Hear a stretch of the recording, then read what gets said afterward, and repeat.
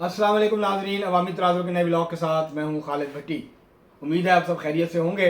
और अपने रोज़मर्रा मामलात में मसरूफ़ होंगे और पेट्रोल की बढ़ती हुई कीमतों से मुकाबला करने की कोशिश कर रहे होंगे। आज फिर जो है वो पेट्रोल की कीमत में इजाफा हुआ, अब रोज़ाना की बुनियाद पर इजाफा हो रहा है और हुकूमत ने ये फ़ैसला इसलिए किया कि बजाय एक दफ़ा बड़ा कट लगाने के आप थोड़े थोड़े कट लगाते रहें, थोड़े थोड़े ज़ख्म लगाते रहें ताकि लोगों को ज़्यादा तकलीफ ना हो और ये रोज़ाना की बुनियाद पर करें, बजाय इसके कि हफ्ते के बाद या 15 दिन के बाद आप इकट्ठा 50 रुपये का इजाफा कर दें। अब एक हफ्ते में तकरीबन पेट्रोल की डीज़ल की कीमत में 50 रुपये से ज़्यादा का इजाफा हो गया है और पेट्रोल की कीमत में भी कोई 20-22 रुपये का इजाफा हो गया है। तो लेकिन अब ये है कि वो रोज़ाना की बुनियाद पर जो है वो हो रहा है। तो क्योंकि हुकूमत ने वैसे तो रिलीफ नहीं देना, तो हुकूमत ने सोचा कि इस तरह से रिलीफ दे दिया जाए कि इजाफा थोड़ा थोड़ा करके किया जाए ताकि एकदम झटका ना लगे लोगों को। आज के इस व्लॉग में हम बात करेंगे कि गिलगित बल्तिस्तान में बिलाखिर 12 रुकनी काबीना सामने आ गई है। 12 रुकनी काबीना में 8 वज़रा जो हैं उनका ताल्लुक पाकिस्तान पीपल्स पार्टी से है और 4 वज़रा जो हैं वो इस्तेहकाम पाकिस्तान पार्टी से हैं।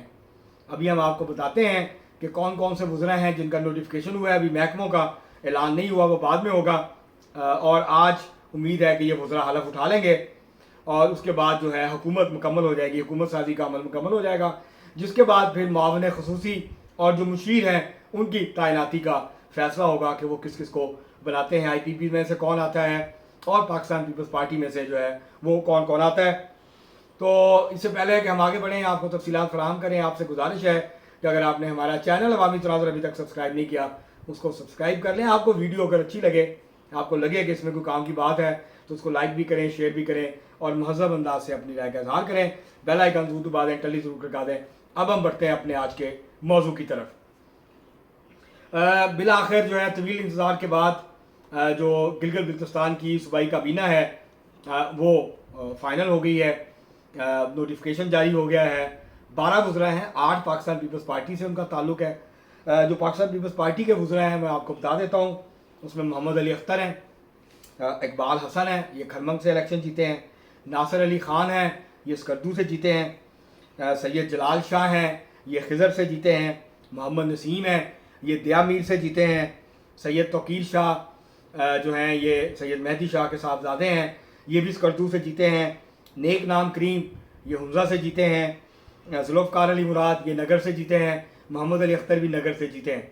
तो इस तरह से स्टोर वो वाहिद ज़रा है जिसकी यहाँ नुमाइंदगी नहीं है काबीना में। उसकी वजह यह है कि स्टोर की दोनों जो नशिस्तें हैं वो मुस्लिम लीग नून के उम्मीदवारों राना फरमान एक सीट से जीते हैं और राना फारूक दूसरी सीट से जीते हैं। तो ज़िला स्टोर की दोनों नशिस्तें जो हैं वो क्योंकि मुस्लिम लीग नून के पास चली गई,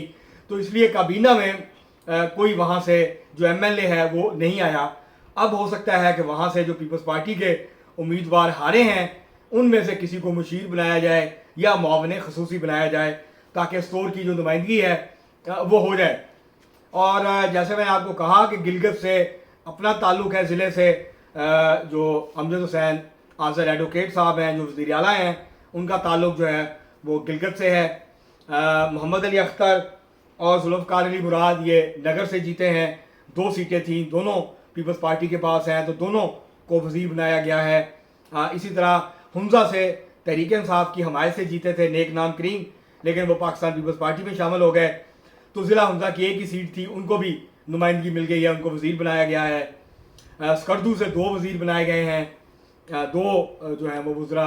वहाँ से लिए गए हैं। खरमंग से 1 हैं, जबकि शिगर से जो MLA थे पाकिस्तान पीपल्स पार्टी के वो जो हैं वो पहले ही जो है वो स्पीकर जो है GB बन चुके हैं। तो इस तरह से बाकी तमाम अज़ला की नुमाइंदगी जो है वो मौजूद है। इसी तरह अगर हम बात करें IPP की, तो इस्तेहकाम पाकिस्तान पार्टी के 4 लोगों को 4 जो MLA हैं वो वज़ीर बने हैं। उसमें खिज़र से अमान अली हैं,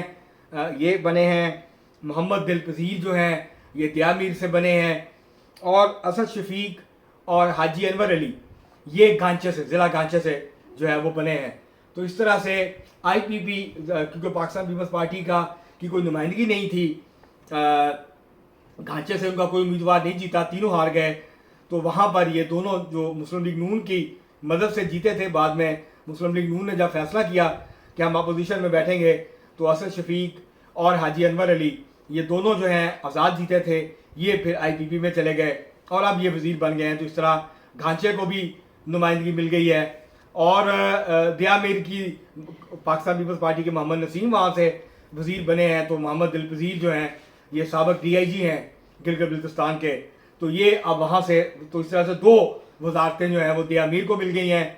2 وزارتیں خضر کو مل گئی ہیں اور 2 جو ہیں وہ گھانچے کو مل گئی ہیں۔ تو اس طرح سے جو کابینہ بنی ہے اس میں اسٹور کے علاوہ باقی تمام اضلاع جو ہیں گلگت بلتستان کے ان کی نمائندگی موجود ہے۔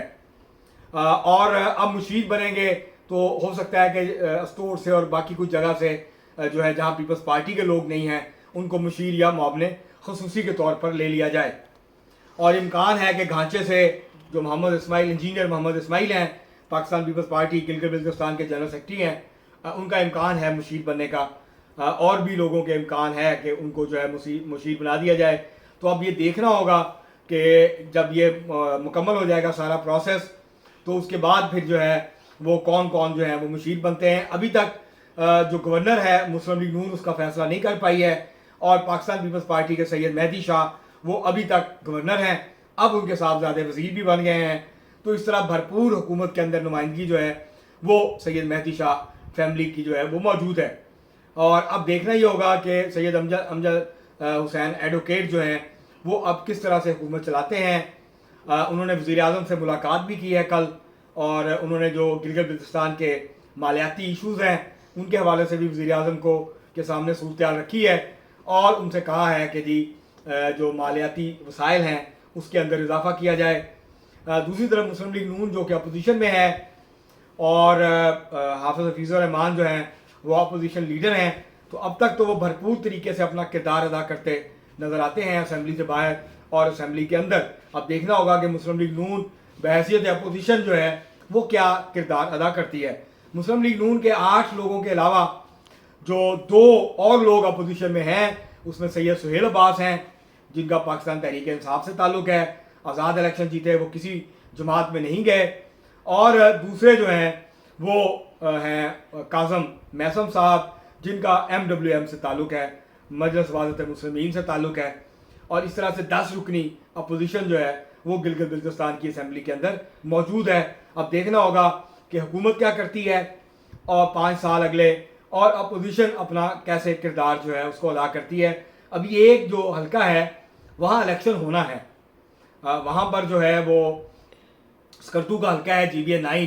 وہاں پہ الیکشن ہونا ہے کیونکہ وہاں پیپلز پارٹی کے فدا محمد شاہ صاحب کو ڈسکوالیفائی کر دیا گیا تھا، تو اب وہاں پہ ضمنی الیکشن ہونا ہے۔ اب دیکھتے ہیں، امکان یہی ہے کیونکہ پیپلز پارٹی کی حکومت بھی ہے تو وہاں سے پاکستان پیپلز پارٹی کے امیدوار جیتے ہیں، یا وزیر محمد سلیم جو آزاد امیدوار کی حیثیت سے لڑے تھے تو اب وہ دوبارہ آزاد حیثیت سے لڑیں گے، وہ وہاں سے کامیابی حاصل کرنے میں کامیاب ہوتے ہیں۔ تو یہ ہم آپ کو جب الیکشن کمپین وہاں شروع ہوگی تو پھر ہم اس حلقے کی صورتحال بھی آپ کے سامنے وقتاً فوقتاً رکھتے رہیں گے۔ اب تک کے لیے اتنا ہی، بہت شکریہ۔